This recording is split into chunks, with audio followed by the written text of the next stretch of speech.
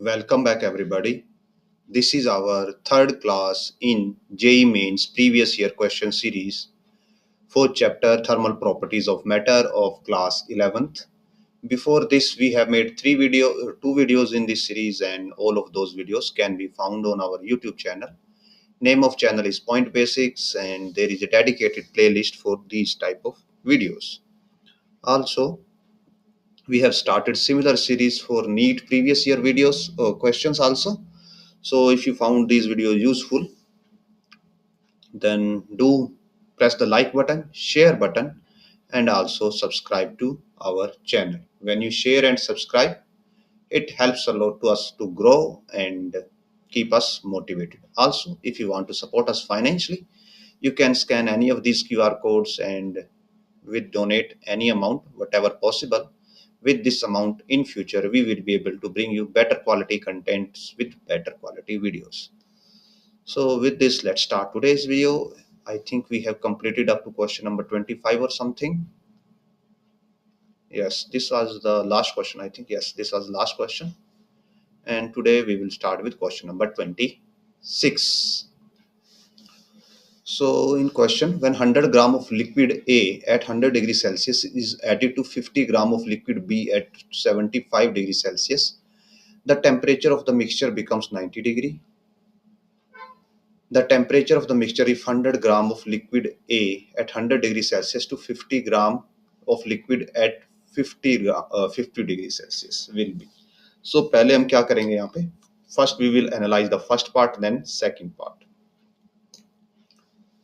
So as इसको थोड़ा हम think कर लेते पहले. Yes, now. So as per mentioned, 100 gram of liquid A at 100 degrees Celsius. So 100 gram of liquid A at 100 degree Celsius है और साथ में क्या है 50 ग्राम liquid B at 75 degree Celsius. आप इन दोनों को मिक्स कर देते हो और जो फाइनल टेम्परेचर होता है वो होता है 90 डिग्री सेल्सियस. ये फाइनल टेम्परेचर आता है दोनों की मिक्सिंग के बाद. सो इस प्रोसेस में क्या होगा, बिकॉज ए का टेम्परेचर 100 से 90 हो गया, रिड्यूस हो गया, तो इसने क्या किया, हीट का लॉस किया, और इसका टेम्परेचर इंक्रीज हुआ तो इसने हीट का गेन किया. एंड बिकॉज हम यहाँ पे आइडियल कंडीशंस लेते हैं हम ऑलवेज, सो यहाँ पे क्या होगा, जो हीट लॉस है बाय लिक्विड ए किसके इक्वल होना चाहिए, heat gain by liquid B. और अगर हम यहाँ से बनाएं, सो मास है 100 ग्राम, स्पेसिफिक ले लेते हैं सी ए, और ये पर ग्राम ले रहे होंगे हम क्योंकि ये हमने ग्राम में लिया है, इनटू चेंज इन टेम्परेचर है 10 डिग्री. और जब आप heat loss is equal to heat gain कर रहे होंगे तो आप यहाँ पे साइन नहीं लेते टेम्परेचर चेंज में, आप ओनली पॉजिटिव लेते हो, हर वैल्यू को मैग्नीट्यूड लेते हो. और यहाँ पे हो जाएगा 50 सी बी 90 माइनस 75 जो हो जाएगा 50. सो यहाँ से हम लिख सकते हैं ये 2 हो जाएगा और 20, ये इसको 2 पे कट करेगा और ये 3 और ये again 2. So 4 of C A is equal to 3 of C B, और यहाँ से सी ए की वैल्यू आ जाती है 3/4 ऑफ सी बी. अब आते हैं second scenario, temperature of the mixture if 100 gram of liquid A. So 100 gram liquid A at 100 degree Celsius, इसको किसके साथ मिक्स करना है, 50 ग्राम liquid B at 50 degree Celsius, इसके साथ मिक्स करना है. पहले जो 50 ग्राम लिक्विड बी था वो 75 पे था, अब ये 50 पे है. तो अगेन सेम प्रोसेस की जो हीट गेन है वो हीट लूज के बराबर होगा. सपोज कर लेते हैं मिक्सचर मिक्स करने पे जो फाइनल टेम्परेचर है वो हमारे पास T है. सो इस सिनेरियो में क्या हो जाएगा, 100 Ca इंटू, बिकॉज इसके लिए टेम्परेचर लूज होगा तो ये हो जाएगा 100 minus T equal to 50 Cb, और यहाँ पे 50 टेम्परेचर इंक्रीज हो गया, टी तक जाएगा बिकॉज टेम्परेचर जो फाइनल वो 50 और 100 के बीच में कहीं पे होगा, 50 से ज़्यादा होगा, 100 से कम होगा, तो ये हो जाएगा t माइनस 50। सो ये 2 पे कट हो जाएगा। CA की वैल्यू हमारे पास है 3/4 CB, so 3/4 CB 100 minus t is equal to CB t minus 50। ये CB से CB कैंसिल हो जाएगा, ये 2 पे कट होगा। सो फाइनली हमें मिलेगा 300 माइनस 3t, ये 2 उधर जाएगा, 2t माइनस 100, ये 100 इधर आके ऐड होगा तो ये बनेगा 400 is equal to 2 plus 3 5t, और यहाँ से आ जाता है t 400/5 यानी कि 80 डिग्री सेल्सियस, जो कि ऑप्शन नंबर सी होगा। नेक्स्ट क्वेश्चन की तरफ बढ़ते हैं। So in next question, a metal ball of mass 0.1 kg is heated up to 500 degrees Celsius and dropped into a vessel of heat capacity 800 joule per kilo Kelvin and container containing 0.5 kg water. Initial temperature of the water and vessel is 30 degrees Celsius. What is the approximate percentage of increment in temperature of water? Specific heat of water है यहाँ पे हमें given है और बाकी की चीजें given है। सो क्या होगा, इनिशियली हमारे पास दो अलग अलग ऑब्जेक्ट हैं। पहले एक मेटल बॉल है जिसका मास कितना है 0.1 kg है और टेम्परेचर कितना है 500 डिग्री सेल्सियस, और एक वेसल है, आप इसको बीकर मान सकते हो, और इसके अंदर वाटर भी है वेसल के अंदर, तो यहाँ पे वाटर भी है, और जो वाटर का अमाउंट है दैट इज 0.5 kg। अब क्या किया जाता है, इस जो आपका ये सब्सटेंस है, ये जो मेटल बॉल थी, इसको इसके अंदर डाल दिया जाता है। तो फाइनल सिनेरियो कुछ ऐसा हो जाता है, ये आपका कंटेनर है, इसके अंदर ये मेटल बॉल रख दी हमने और इसके यहाँ पे वाटर भी है।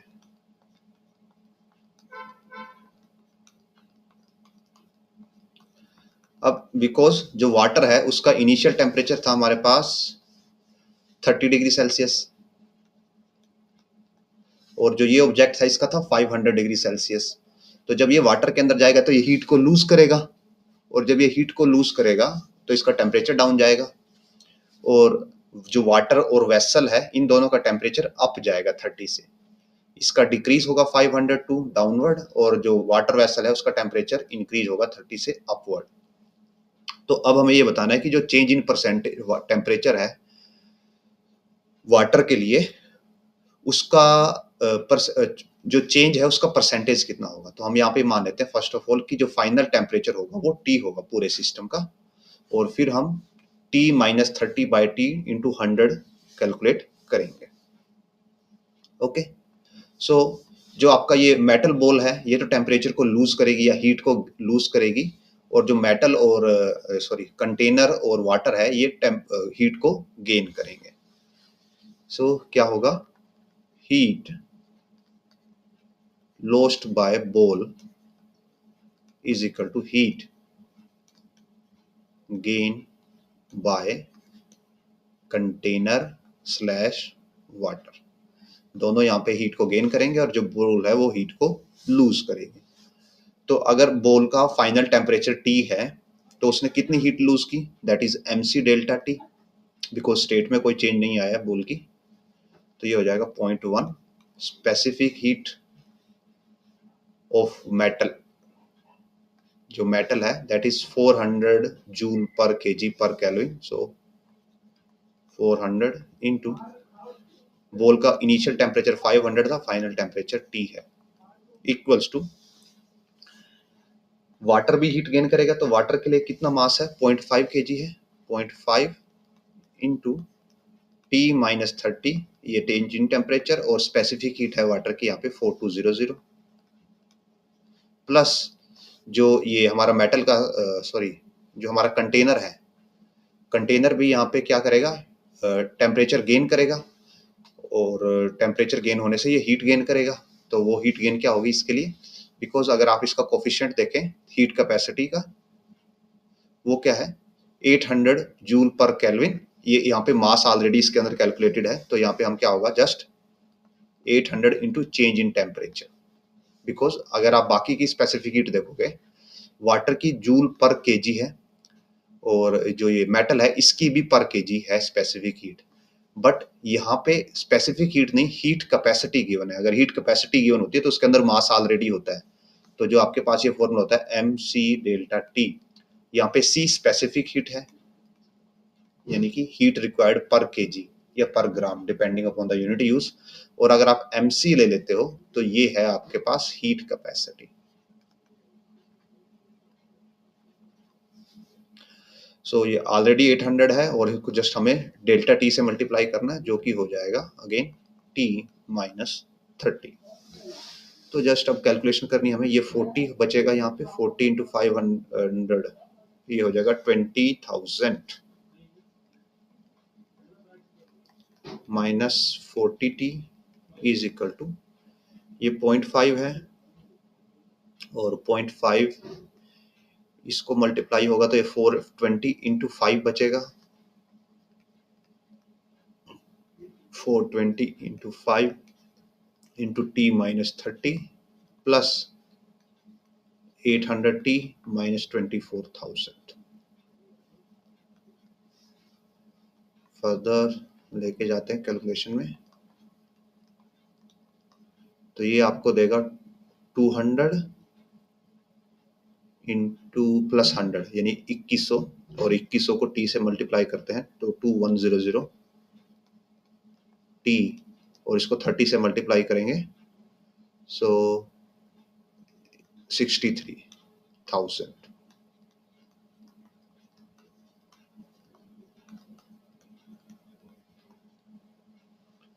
अभी हम नंबर्स को एक साइड कर लेंगे, तो ये हो जाएगा 20 plus 63 plus 24,000, so 20,000 plus 63,000 plus 24,000 equals to, ये दोनों ऐड करेंगे तो 2900t प्लस 40t। तो जो t की वैल्यू आती है फाइनली हमारे पास, इन सबको ऐड करके आएगा 107,000 डिवाइडेड बाय, ये है 2940, और जब इसको सोल्व करेंगे तो आता है 36.4 डिग्री सेल्सियस। ये आता है फाइनल टेम्परेचर। अब वाटर का इनिशियल टेम्परेचर था 30 डिग्री, फाइनल टेम्परेचर है 36 डिग्री, तो चेंज इन टेम्परेचर कितना आया डेल्टा टी, 36.4 माइनस 30, और ये हो जाता है 6.4 डिग्री सेल्सियस। सो हमें चेंज इन टेम्परेचर निकालना है, उसका रेशियो या परसेंटेज में, तो 6.4 डिवाइड बाय 30 इंटू 100, तो ये आर 30 को आप इससे डिवाइड करते हो 100 से, तो ये 3.3 देगा आपको ऑलमोस्ट, और यहाँ पे आप मल्टीप्लाई करोगे तो 6 इंटू 3 18 होता है, तो ये अराउंड आपको 20% के आंसर देगा, जो कि हमारा ऑप्शन डी के आसपास है। आगे बढ़ते हैं नेक्स्ट क्वेश्चन की तरफ। A heat source at T is equal to 1000 Kelvin is connected to another heat reservoir T is equal to 10 raised power 2 Kelvin by copper slab it which 1 meter thickness 1 meter है। Given that thermal conductivity of the copper given है, energy flux through it in the steady state, तो यहाँ पे हमें energy flux बताना है। तो हमारे पास फर्स्ट जो स्टेडी स्टेट है उसके अंदर जो हीट का रेट ऑफ फ्लो है, फ्लो ऑफ हीट, उसको दिया जाता है के ए डी थीटा। यहाँ पे डी थीटा क्या है, चेंज इन टेम्परेचर बाय जो लेंथ होती है उसकी वैल्यू।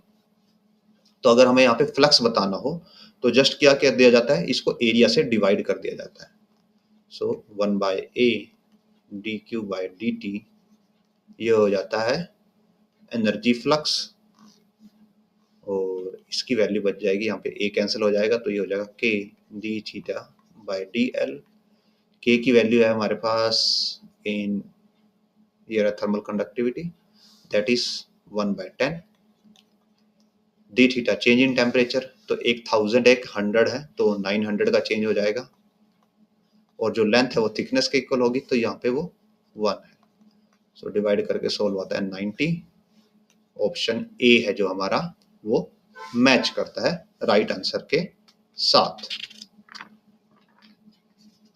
आगे बढ़ते हैं। तो an unknown metal of mass 192 gram heated to a temperature of 100 degree Celsius.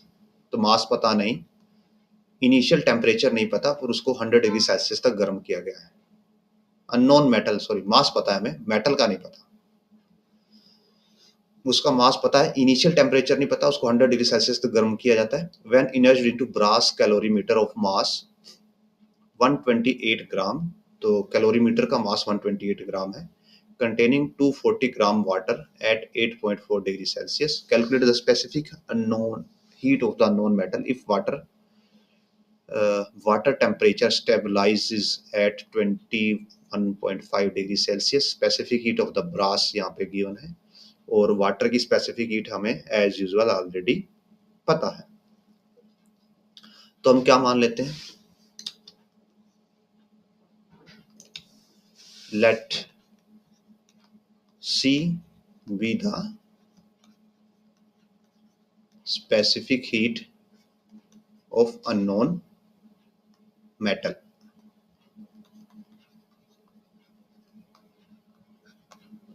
यहाँ पे क्या किया आपने, ये जो अननोन मेटल था इसको एक कैलोरीमीटर के अंदर डाला, जो कैलोरीमीटर के अंदर थोड़ा पानी है जो कि कितना है 240 ग्राम है, और उस कैलोरीमीटर का अपना मास 128 ग्राम है। तो जब ये सारे एक दूसरे के साथ मिक्स होंगे तो जो अननोन मेटल है ये क्या करेगा, हीट को लूज करेगा, और जो आपका कैलोरीमीटर एंड वाटर है ये हीट को गेन करेगा। तो यहाँ पे अगेन हम सेम मेथड यूज करेंगे, that heat gain lost heat loss by unknown metal किसके इक्वल होगा, heat gain by calorimeter slash water. तो हम ये मान लेते हैं कि जब दोनों को आप मिक्स करते हो तो फाइनल टेम्परेचर क्या बनता है, T बनता है, और जो T है वो गिवन है हमें कितना 21.5 डिग्री सेल्सियस की जो सिस्टम का फाइनल टेम्परेचर है वो 21.5 है, और जो मेटल है, मेटल का इनिशियल टेम्परेचर था 100 डिग्री सेल्सियस, और जो वाटर और कैलोरीमीटर है उसका इनिशियल टेम्परेचर था 8.4 degree Celsius. So heat loss by metal कितना होगा, mc डेल्टा टी। अगेन मास हमें गिवन है 192 ग्राम्स, और हम यहाँ पे जो स्पेसिफिक हीट लेंगे वो पर किलोग्राम लेंगे, बिकॉज जो आंसर है वो पर किलोग्राम्स में है, और वैल्यूज भी हमें पर किलोग्राम गिवन है। Into specific heat C into delta theta. Delta theta क्या होगा यहाँ पे 100 माइनस 21.5 इक्वल्स टू, वाटर ने कितनी हीट गेन की, वाटर का मास यहाँ पे 240 ग्राम है, सो 240 बाय 1000। वाटर की स्पेसिफिक हीट होती है हमारे पास 4200 जूल पर केजी पर kelvin, into change in temperature, water के में कितना आया फाइनल 21.5, इनिशियल था 8.4, प्लस जो आपका ब्रास है, ब्रास ने भी हीट को गेन किया, और ब्रास का मास गिवन है 128 ग्राम, डिवाइड बाय 1000 इनटू ब्रास की स्पेसिफिक हीट गिवन है 394, और इसका भी टेम्परेचर चेंज सेम ही होगा 21.5 माइनस 84। नाउ जो 1000 है ये कैंसिल हो जाएगा हर जगह पे, और जब इसको सोल्व करेंगे, यहां से सोल्व करने पे आता है हमारे पास 15072 इंटू सी। जब इसको सोल्व करते हैं तो हमारे पास आता है 660.7 I think, let me check, note this one, यहाँ पे आता है 13 240,800 प्लस, और जब इसको सॉल्व करते हैं ये देता है 660,659। नाउ जब आप इनको ऐड करके सोल्व करके सी की वैल्यू निकालोगे तो सी की फाइनल वैल्यू आती है 924.4 जूल पर केजी पर केल्विन, जो कि हमारे नियर बाय मैच होती है जो ऑप्शन सी है उसके साथ। आगे बढ़ते हैं। So here it is, temperature difference of 120 degree is maintained between the two ends of uniform rod AB of length 2L।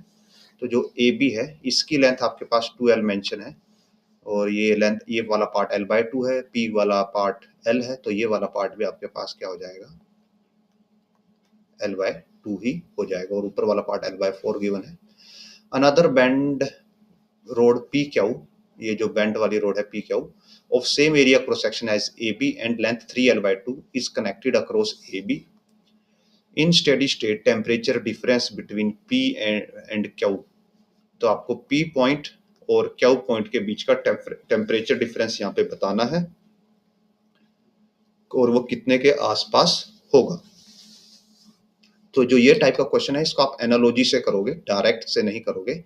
और एनालॉजी कैसे करेंगे, हम यहाँ पे इसको रेजिस्टेंस की फॉर्म में कन्वर्ट कर देंगे। पूरे जो हमारे पास ये स्ट्रक्चर है इसको हम रेजिस्टेंस की फॉर्म में स्ट्रक्चर को कन्वर्ट करेंगे, बिकॉज जैसे हमारे पास करंट के लिए रेजिस्टेंस होता है वैसे ही हीट के लिए भी हीट रेजिस्टेंस होता है। तो हम यहाँ पे वही करते हैं कि जो लेंथ है वो रेजिस्टेंस का काम करेगी।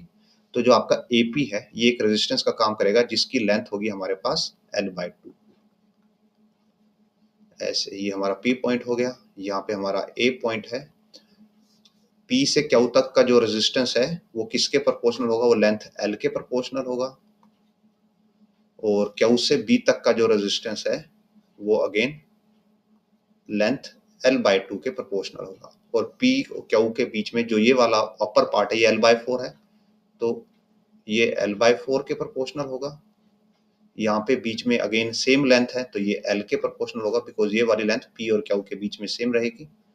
और यहाँ पे L/4 के प्रोपोर्शनल होगा।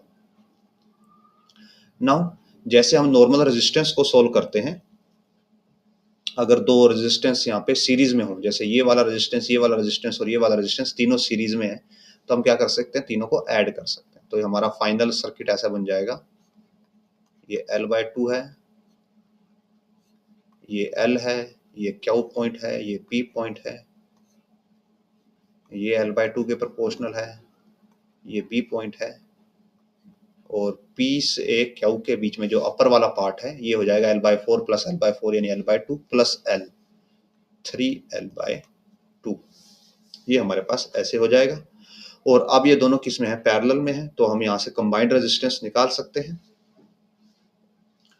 सो जो पैरेलल का रेजिस्टेंस हो जाएगा it will be 1/L plus इसका inverse that will be 2/3L। Sum करते हैं 3L एलसीएम लेके, तो यहाँ पे आएगा 3 प्लस 2 5/3L और इसका इनवर्स हो जाएगा 3L/5। तो एज ए होल ये जो सिस्टम है वो ऐसे बनेगा आपके पास L/2 P पॉइंट, यहाँ का पैरेलल रेजिस्टेंस है 3L/5, ये Q पॉइंट, और ये L/2, ये हो जाएगा B पॉइंट, और ये हो जाएगा A पॉइंट।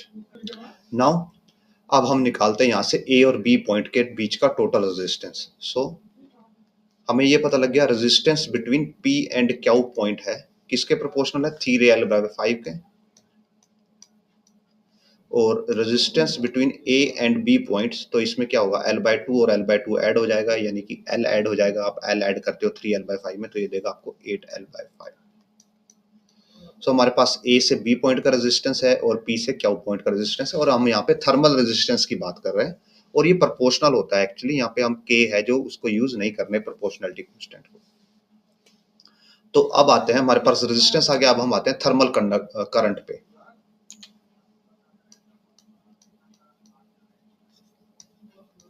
थर्मल करंट क्या होगा, जैसे हमारे पास नॉर्मल करंट होता है वो क्या होता है, वोल्टेज बाय रेजिस्टेंस। वोल्टेज किसका काम करता है, वोल्टेज आप दो पॉइंट्स के बीच में अप्लाई करते हो, और यहाँ पे ऐसे ही जब थर्मल करंट की बात हो रही है तो आप दो पॉइंट्स के बीच में टेम्परेचर को अप्लाई करते हो।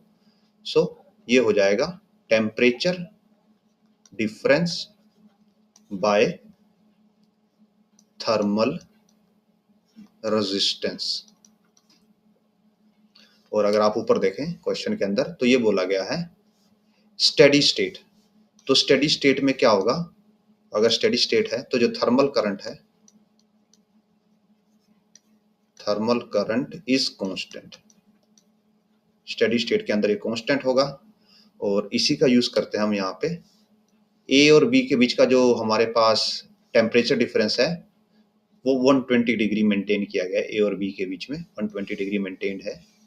सो हम ये बोल सकते हैं delta theta A B by R A B is equal to delta theta, यानी चेंज इन टेम्परेचर हो रही है यहाँ पे delta theta, P Q by R P Q. So ये 120 है, आर ए बी हमने निकाला है 8L/5 इक्वल टू, ये हम निकालेंगे, कैलकुलेट करना है, और पी और क्यू के बीच का जो थर्मल रेजिस्टेंस है वो हमने निकाला है 3L/5। सो ये L/5 और L/5 यहीं पे कैंसिल हो जाता है, 3 ऊपर जाके मल्टीप्लाई होगा, तो थीटा पी क्यू हो जाता है 120 इंटू 3/8, और इसको आप 4 पे 2, ये 30 और ये 15, 345 डिग्री का चेंज होगा। अगर ऊपर जाके चेक करें तो जो ऑप्शन ए है हमारा वो आंसर के साथ मैच करता है। आगे बढ़ते हैं नेक्स्ट क्वेश्चन की तरफ। A copper ball of mass 100 gram is at temperature T, it is dropped in a copper calorimeter of mass 100 gram. तो कैलोरीमीटर का मास 100 ग्राम है, filled with 170 gram of water at room temperature. Subsequently, the temperature of the system found to be 75 degree Celsius. T is given by, तो यहाँ पे हमें ये बताना है कि जो कॉपर बॉल है उसका इनिशियल टेम्परेचर कितना था, जब हम उसके बाद हमने जब उसको कैलोरीमीटर में डाल दिया जो कि रूम टेम्परेचर पे है, और रूम टेम्परेचर भी गिवन है कि आपको 30 डिग्री कंसीडर करना है। तो अगेन यहाँ पे हम क्या कर सकते हैं, अगर आप देखोगे कि सारे सारे ऑप्शन 30 डिग्री से ज़्यादा हैं, सभी के सभी ऑप्शन 30 डिग्री से ज़्यादा हैं, तो यानी कि जो ये कॉपर की बॉल थी इसका टेम्परेचर 30 डिग्री से ज़्यादा था, यानी कि यहाँ पे क्या हुआ है, heat lost by copper ball. Copper ball ने हीट को लॉस्ट किया है, और वो क्या होगी, heat gain bye calorimeter and उसके अंदर जो वाटर है प्लस वाटर। ओके, तो हम क्या करते हैं, टेम्परेचर को T एज्यूम कर लेते हैं, जो कैलोरीमीटर है, सॉरी जो कॉपर बॉल थी इसके टेम्परेचर को हमने T एज्यूम कर लिया, तो हीट कितना लूज करेगा, 100 ग्राम है, इनटू, अगर आप ये देखो सबकी स्पेसिफिक हीट है जो हमारे पास कॉपर की कैलोरी पर ग्राम में गिवन है, तो हम बाकी की स्पेसिफिक हीट भी कैलोरी पर ग्राम में ले लेंगे, बिकॉज जो आपका कैलोरीमीटर है वो भी कॉपर का ही बना होगा, that's why. So 0.1 into change in temperature, पहले T था और अब कितना होता है, 75 हो जाता है। अब कैलोरीमीटर ने कितनी हीट गेन की होगी, कैलोरीमीटर का मास है 170 ग्राम और ये कॉपर से ही बना हुआ, तो स्पेसिफिक हीट तो सेम ही रहेगी, वो पहले 30 पे था अब 75 पे है, तो 75 माइनस 30 प्लस वाटर ने कितनी गेन की होगी, वाटर का मास है 17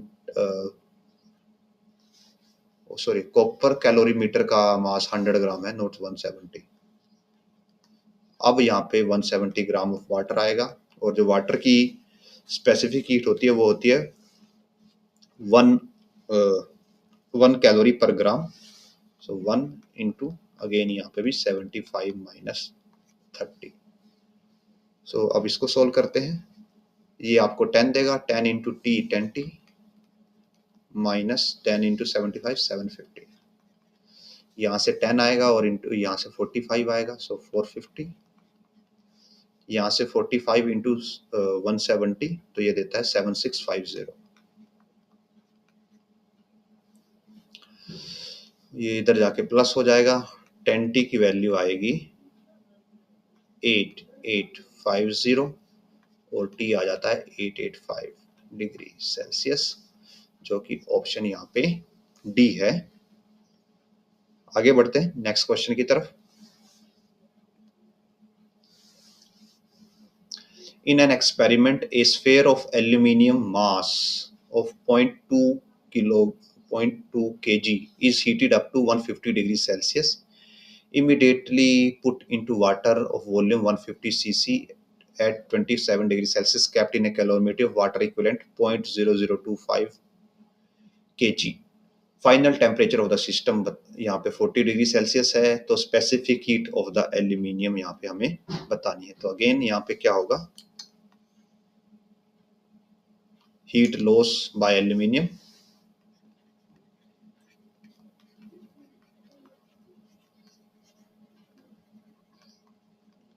is equal to heat gain by जो यहाँ पे हमारे पास है वाटर एंड कैलोरीमीटर,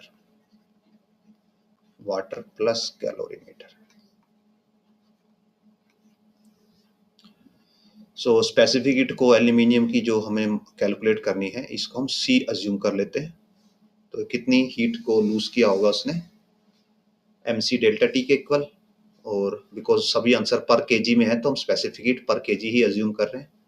तो ये हो जाएगा 2/10 इंटू सी इंटू उसका इनिशियल टेम्परेचर 150 था और बाद में पूरे सिस्टम का टेम्परेचर 40 हो जाता है, तो 150 माइनस 40 जो कि होगा 110 इक्वल्स टू, यहाँ पे हमारे पास क्या है 150 सीसी ऑफ वाटर है। अब 150 सीसी का मतलब होता है ये होगा cubic centimetre, so 150 centimetre cube, और इसको आप लिख सकते हो ऐसे 150 into 10⁻⁻⁶ metre cube. Now we know that जो आपके पास 1 मीटर क्यूब होता है वो 1000 केजी के इक्वल होता है। वाटर का अगर आपके पास 1 मीटर क्यूब का बॉक्स है, उसके अंदर 1000 केजी वाटर आएगा, और 1 मीटर क्यूब का अगर सेंटीमीटर क्यूब में कन्वर्ट करते हो तो ये हो जाता है 10⁻⁶ centimetre cube is equal to 1000 KG, और 1000 को आप लिख सकते हो 10⁻⁶ ग्राम। तो यहाँ से 10⁻⁶ से 6 कैंसिल हो जाता है और यहाँ पे आ जाता है 1 centimetre cube is equal to 1 gram. तो इस रिलेशन का यूज करते हुए हमारे पास ये कितना है 150 सेंटीमीटर क्यूब है, तो ये हो जाता है 150 ग्राम वाटर का मास। सो आगे बढ़ते हैं एंड हियर इट इज। तो 150 ग्राम वाटर हो गया, और प्लस जो कैलोरीमीटर है वो भी वाटर इक्विवेलेंट में गिवन है, और वो वाटर इक्विवेलेंट में कितना है 0.25 केजी, यानी कि ये 25 ग्राम है। तो यहाँ पे हमारे पास टोटल वाटर हो गया 150 gram from water plus 25 grams from calorimeter का वाटर इक्विवेलेंट, और ये ग्राम्स में है तो इसको किलोग्राम में कन्वर्ट कर देंगे तो -3, और वाटर की स्पेसिफिक हीट होती है 4200 जूल पर केजी पर केल्विन, और यहाँ पे change in temperature, final temperature 40 है, इनिशियल 27 था, सो 40 माइनस 27,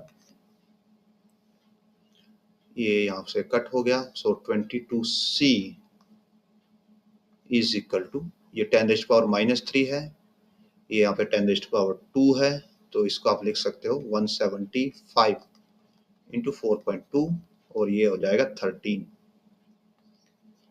तो जब यहाँ से C कैलकुलेट किया जाएगा इसको डिवाइड करके, ये आता है 434.3 जूल पर केल्विन पर डिग्री सेल्सियस और पर केल्विन, जो कि होगा हमारा ऑप्शन डी के इक्वल। आगे बढ़ते हैं नेक्स्ट क्वेश्चन की तरफ। An experiment takes 10 minutes to raise the temperature of water in a container from 0 degrees Celsius to 100 degrees Celsius and another 55 minutes to convert it into totally steam by heater supplying heat at a uniform rate. तो यहाँ पे uniform rate से heat दी जा रही है. Neglecting the specific heat of the container, container को neglect करना है, and taking specific heat of water 1 calorie per gram. Heat of vaporization according to the experiment come out to be की तो heat of vaporization कितनी हमें यहाँ पे मिलेगी. So ये बोला गया कि 10 मिनट लगते हैं उसको 0 से 100 डिग्री तक जाने में. तो अगर आपके पास कोई वाटर है, उसका कोई मास है, सपोज m मास है, तो आप उसको 0 से 100 तक लेके जाना चाहते हो, तो आपको कितनी हीट देनी पड़ेगी? जो हीट आपको देनी पड़ेगी dq वो होगी mc डेल्टा t. और यहाँ पे हम अगर कैलकुलेट करें dq की वैल्यू, तो mc की वैल्यू है 1 कैलोरी पर ग्राम, तो हमने m ग्राम ही अज्यूम कर लिया. मान लो m ग्राम है हमारे पास वाटर और डेल्टा t है यहाँ पे 100, तो आपको इतनी हीट देनी पड़ेगी. और ये हीट हमने कितने टाइम में दी है? 10 मिनट्स में दी है.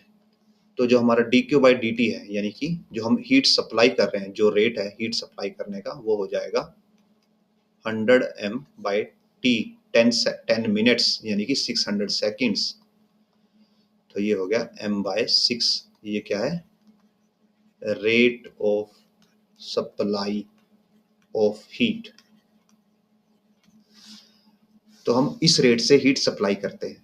अब ये बोला गया है कि 55 मिनट्स में हम इतनी हीट सप्लाई कर देते हैं कि जो स्टीम है, जो वाटर है, वो स्टीम में कन्वर्ट हो जाता है.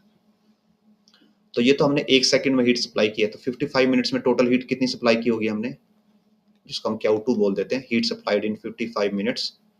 ये हो जाएगा m बाय 6 इंटू 55 मिनट्स है, तो इसको 60 से मल्टीप्लाई कर देंगे, तो ये आ जाएगा 10 इधर 550 इंटू m. ये हमने 55 मिनट्स में हीट सप्लाई की है. और ये किसके इक्वल है? जो हमने वाटर को हीट रिक्वायर्ड होगी लिक्विड टू वेपर में कन्वर्ट करने के लिए, वो क्या होती है? m into latent heat of vaporisation. So m into LV किसके इक्वल है? 550 m के इक्वल है, और यहाँ से m कैंसिल हो जाता है और LV की वैल्यू आ जाती है 550, बिकॉज सारी कैलकुलेशन ग्राम में है, तो ये कैलोरी पर ग्राम मिलेगा आंसर. जो ऑप्शन बी है हमारा, that is the right answer. Next question की तरफ बढ़ते हैं. So 3 rods of copper, brass and steel are welded together to form a Y-shaped structure. तो हम यहाँ पे 3 rods बना लेते हैं. सबसे पहले तो let make it with the help of rod.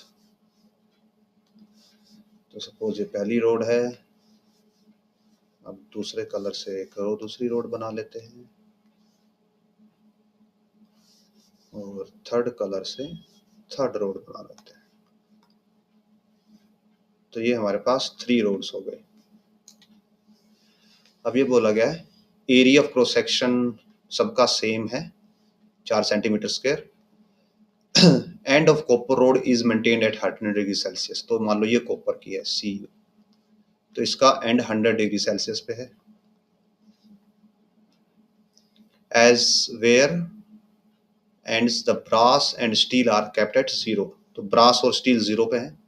तो मान लो ये ब्रास है और ये स्टील है ST. तो ये 0 डिग्री सेल्सियस पे है और ये भी 0 डिग्री सेल्सियस पे मेंटेन है. लेंथ गिवन है कॉपर की 46 है, ब्रास की 13 है, और जो स्टील है उसकी हमारे पास 12 सेंटीमीटर है.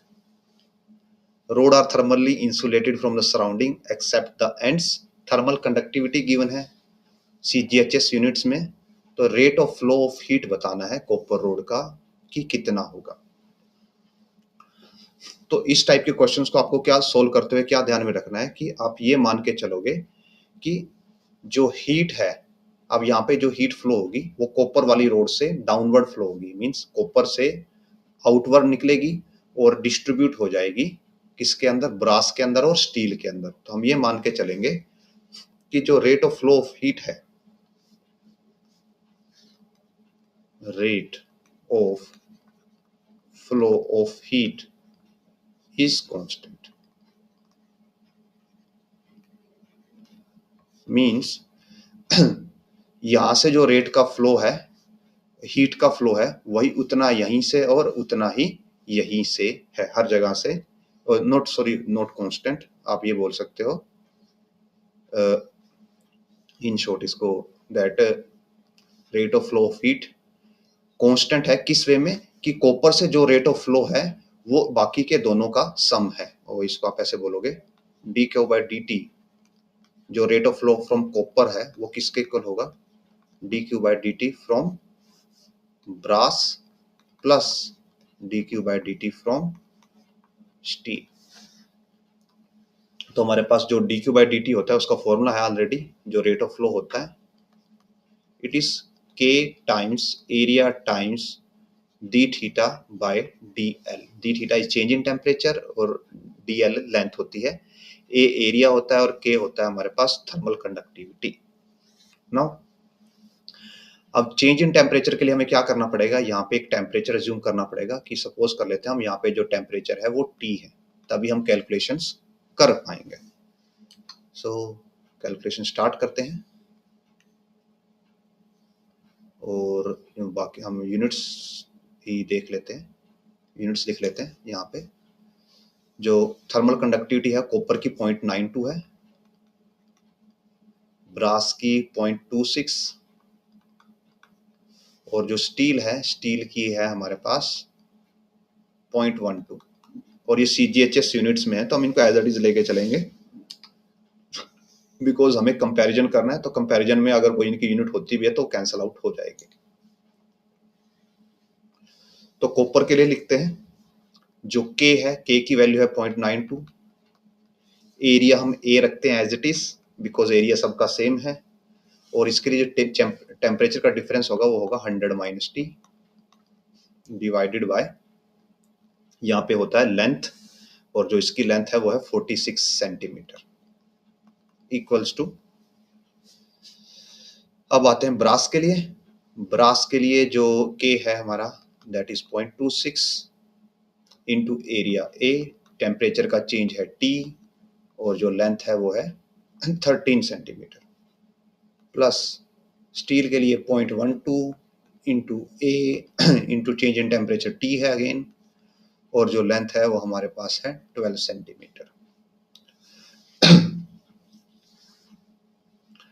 अब अगर आप ध्यान से देखें यहाँ पे, तो जो 40 यहाँ पे 46 है, 46 इंटू 2 क्या होता है, 92 होता है। तो 92 का हम डेसिमल हटा देते हैं तो यहाँ पे 100 आ जाएगा और ये हो जाएगा 2/100। सो 2/100, और जो एरिया है वो तो नॉर्मली कैंसिल हो ही जाएगा सब हर जगह, और यहाँ पे बचता है 100 माइनस टी। यहाँ पे भी डेसिमल हटाएंगे तो अगेन 100 और ये 2 पे जाएगा, सो 2/100 अगेन टी, और यहाँ पे डेसिमल हटाएंगे तो 12/12 तो 1 आएगा, तो T/100। सो ये हो जाएगा टोटल में 3T/100, और ये हो जाएगा 200 minus 2T/100 is equal to 3T/100। 100 से 100 कैंसल, ये तो जाके 5T हो जाएगा, और 5T हो जाता है 200 के इक्वल, और T की वैल्यू आ जाती है 40 हमारे पास। तो जो T है ये आ जाता है 40 डिग्री सेल्सियस। और अब हमसे पूछा गया था क्वेश्चन में rate of flow of copper road, जो कॉपर वाली रोड है इसके थ्रू क्या हीट का फ्लो हो रहा है हमें वो बताना है। तो वो हम कैसे कैलकुलेट करते हैं, अगेन dQ/dt से कैलकुलेट करेंगे। तो इसके लिए रेट ऑफ फ्लो था 0.92/46 इंटू एरिया। एरिया अब हम यूज करेंगे दैट इज 4 सेंटीमीटर स्क्वायर, और बिकॉज ये CGHS यूनिट है तो हम यहाँ पे 4 में ही सेंटीमीटर में ही रखेंगे, इंटू 100 माइनस टी की वैल्यू हमारे पास 40 आई है तो ये 60 होगा, डिवाइड बाय 46 हम ऑलरेडी ले चुके हैं। तो ये तो आपको देता है 1/200 इंटू 4 इंटू 60, तो ये यहाँ पे कट करके देता है 5। तो 6/5 हमारा आंसर आता है। 6/5 होता है 1.2 और ये कैलोरी पर यूनिट सेकंड आएगा, पर यूनिट टाइम। और अगर हम देखें यहाँ पे जो ऑप्शन ए है हमारा वो मैच करता है। नेक्स्ट क्वेश्चन की तरफ बढ़ते हैं। So a black colored solid sphere of radius r and mass m is inside a cavity with vacuum inside. The walls of the cavity are maintained at temperature T node. Initial temperature of the sphere is 3 T node. If the specific heat of the material of the sphere is varies as alpha T cube per unit mass with the temperature T of the sphere, where is alpha is constant, then the time taken for the sphere to cool down to a temperature 2 T node will be. So आपके पास एक sphere है, let us draw. तो आपके पास एक sphere है यहाँ पे ऐसे, और इस स्फेयर को आपने कैविटी के अंदर रखा हुआ है। कैविटी मींस आप एक कोई क्लोज स्ट्रक्चर ले सकते हो। तो ये आपका एक कैविटी हो गया, और जो कैविटी है, कैविटी का टेम्परेचर टी नोड है, मींस जो कैविटी की वाल है इसका टेम्परेचर हमारे पास टी नोड है, और जो स्फेयर है इसके सरफेस का टेम्परेचर हमारे पास 3 टी नोड है। मींस जो स्फेयर है उसका टेम्परेचर ज्यादा है, तो क्या होगा, जो स्फेयर है स्फेयर से बाहर की तरफ रेडिएशंस निकलेंगी। स्फेयर एज ए रेडिएटर यहाँ पे वर्क करेगा। स्फेयर का मास m है, रेडियस r है, एंड जो उसकी स्पेसिफिक हीट है उसका रिलेशन हमें गिवन है, that is alpha T cube, where T is the temperature of the sphere. तो यहाँ पे जो स्पेसिफिक हीट है वो वेरिएबल है, जैसे जैसे टेम्परेचर वेरी करेगा स्पेसिफिक हीट भी वेरी करेगी।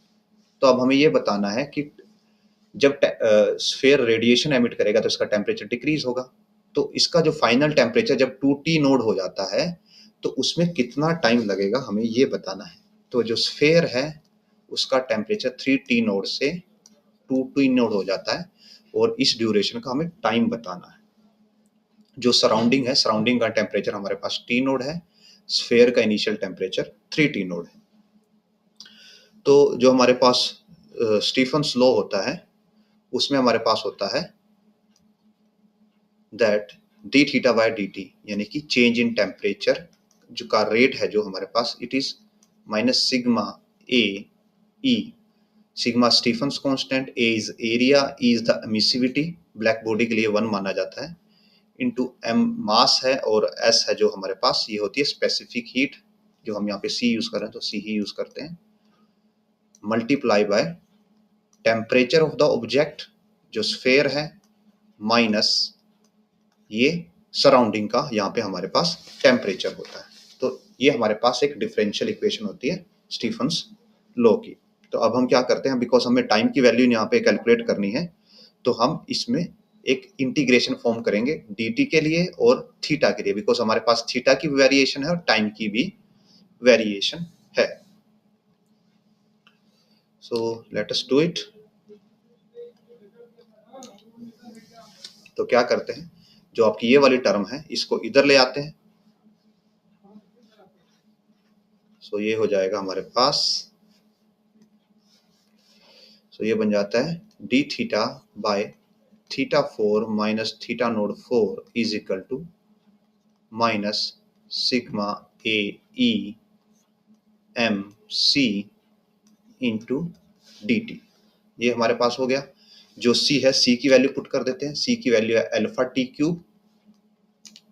सो अल्फा टी क्यूब, यहाँ पे टी टेम्परेचर है और टेम्परेचर के लिए हम थीटा यूज कर रहे हैं इस इक्वेशन में, तो यहाँ पे भी हम थीटा ही यूज करेंगे। तो यहाँ पे सी की वैल्यू हो जाती है अल्फा टी क्यूब, और T is the current temperature.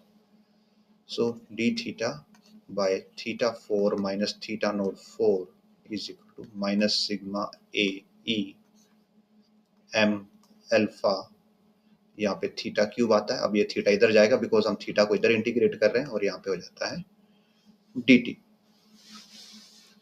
So as a whole हमारे पास इक्वेशन बन जाएगी theta cube D theta theta 4 minus theta naught 4 is equal to minus sigma A E M alpha D T. अब इसको integrate कर सकते हैं हम। जो स्फेयर है उसका इनिशियल टेम्परेचर 3T नोड है, फाइनल टेम्परेचर हो जाता है 2T नोड, और यहाँ पे जो टाइम है वो 0 से स्टार्ट होके हमारे पास T तक जाता है। अब हमें इसकी इंटीग्रेशन को सोल्व करना होगा, तो ये इंटीग्रेशन हम स्टैंड बाय अलग से सोल्व करते हैं।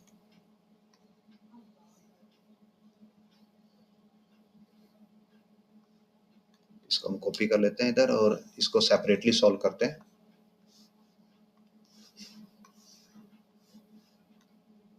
तो इसको सोल्व करने के लिए क्या करते हैं